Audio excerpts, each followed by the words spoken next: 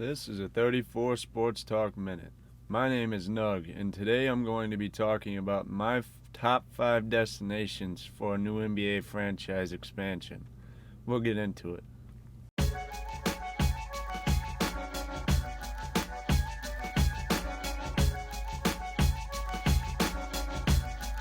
The first place that I think could definitely use an NBA team, and I'm wearing a lot of their merch right now. I've had to really work to find it. I got this out of a claw machine. Don't mind the tag over here. I mean, if I want to keep it for collectible, I can't take the tag off. But the Seattle Supersonics were a great NBA franchise. Their colors are fine. I like their colors a lot. They've got a good logo. As you can see, they've had multiple good logos, most including the skyline of the Space Needle in Seattle. The hat, this is another one of their logos. I think it was more of a 70s logo, but the red they used in the 70s could work too if they wanted to bring that back. They have many options they have many options that they could go with if they decided to bring the team back. The city is aching for a basketball team. They are a basketball city. They support the WNBA more than any city does, which means that they're longing for basketball. They take any chance they can get to go watch basketball. Since the Sonics have left, the average yearly income of the city is raised nearly $30,000 up to $93,000 from about 60 grand when they left, which would mean there will be more money for people to spend on stuff like going to a game, which is good. That's what Silver looks at, and that's what I think really motivates the NBA at this point, especially during the pandemic. He has said that they've looked at it as maybe a possible way to bring some money in because of the loss of viewership and the loss of people in the stands. The average attendance was not the greatest the last time they were there, but they were kind of in a rebuilding stage. They had about 16,000 a game, but at one point in their franchise, they had the record of 21,725 in attendance. So they have the chance, if they bring somebody there, for people to come. I assume if people are allowed in the stands when they come in, I wouldn't think that Silver would move prior to that to bring a team in, that they would sell out at least half their games. I would say I would say they would sell out all, because that team, the closest one to them would be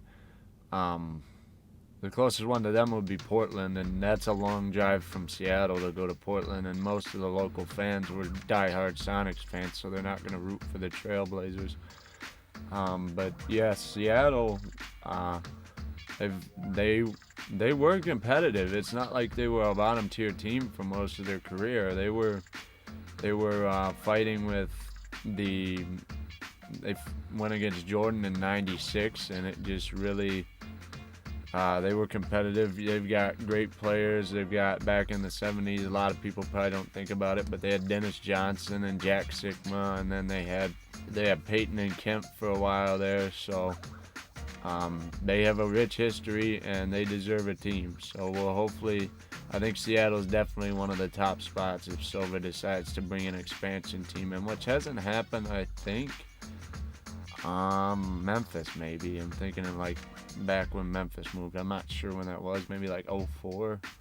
But yeah, it's been a while. I think it's time. There's a lot of good, talented guys out there, like Isaiah Thomas and Jamal Crawford, who still got the ability to play, but just the rosters are so set, it's hard to find the spot. The second place I think could definitely get a team is Las Vegas. The NBA, as gambling has become more acceptable and more legalized, Las Vegas has become a top location. They've already got the WNBA team, the Aces, who I think have won already. I'm not sure. I'm not going to lie, I don't follow WNBA a ton. I'm not going to get into why or what, but I prefer the NBA. And yeah, they've got the Aces there, and they've got the Golden Knights in hockey. Well, the Golden Knights are the one that have won. Maybe the Aces have too, but the Golden Knights have won. The average yearly income in Vegas is about $63,694 a year. Now, you got high rollers coming into Vegas, so that doesn't add them in there. There's millionaires, maybe even billionaires that come to Vegas. And that would give a lot of funds just flowing through that arena. That you got your big ballers that come in there and want to drop a lot of money on booze while they're watching the game. And Vegas, I mean, the betting alone is going to be a lot, especially if you got people that start watching the team and then they're right there where they can bet, which isn't a bad cycle, but for the NBA, it's good for them and good for the bettors. The average attendance at the Knights game, which is the hockey team, like I said, is about 18,300, which they're about the same size as an NBA team. And then in their attendance, it probably even will play in the same building. So if they could pull that, that's definitely enough to pull an NBA team. I think Detroit averaged 13,000 last year, so that's definitely enough. But yeah, Vegas is just itching for more sports teams. People have stayed away from it for a long time because of gambling. But times are changing, and I think the NBA is definitely looking at Vegas in the future. My third place is kind of a little bit out of the ordinary. It's got a football team. I mean, it's a storied sports city. I mean, Pittsburgh. I'll say who it is. It's Pittsburgh. Pittsburgh has got the Penguins, the Pirates, and the Steelers. Now, the Steelers were going on a run early this year, and the fans are always with them. They're not so happy right now, but Steelers fans are diehard. They've been there for 50-plus years. I don't know exactly how old the franchise is, but as long as the Steelers have been there, there's been fans in the stands when they're allowed. The Penguins have won quite a bit. They always pull fans. And Pittsburgh, even the Pirates, people were watching the Pirates before they're on this long stint of just bad. But, yeah, the fans will come and watch Pittsburgh teams. Pittsburgh is just a city. They're hard workers. They like to work, go home, and watch their sports. The yearly income in Pittsburgh is about $65,000 a year, which is about, besides Seattle, which is high, about the same as every other city I've talked about. Average attendance for sporting events, I think I took the Penguins, maybe I took the Steelers, about 19K every game. That's pretty good. Pittsburgh, they like their sports, like I said. I think Pittsburgh would be a great town to have an NBA team, and I think once they got going in there, they would have people that would go to bat for them. The next place that I think could use an NBA team is Vancouver again. In Vancouver, I will say it surprised me when I was looking at it, but the average yearly income in Vancouver has went from when they left with the Grizzlies, about 60K, to now around 93K a year for the average household. For the average person, not for the average household. But that means that that's just profit. There's lots of profit to be made in Vancouver. Vancouver was a decent sports city. The Grizzlies were never that good, so they never pulled people. But now with the abundance of talent, you got good young guys coming up. You got a lot of people that don't even make it. They get drafted and they can't even stay on a team. You got a lot of undrafted guys. I think Marcus Howard, who played insanely well in college, got undrafted this year. You used to have a lot of teams that are set with their players can only bring in 2 or 3, and you've got 60 picks plus whoever goes undrafted that could have a spot. You might be able to even see more foreign players if they bring in a team. Vancouver,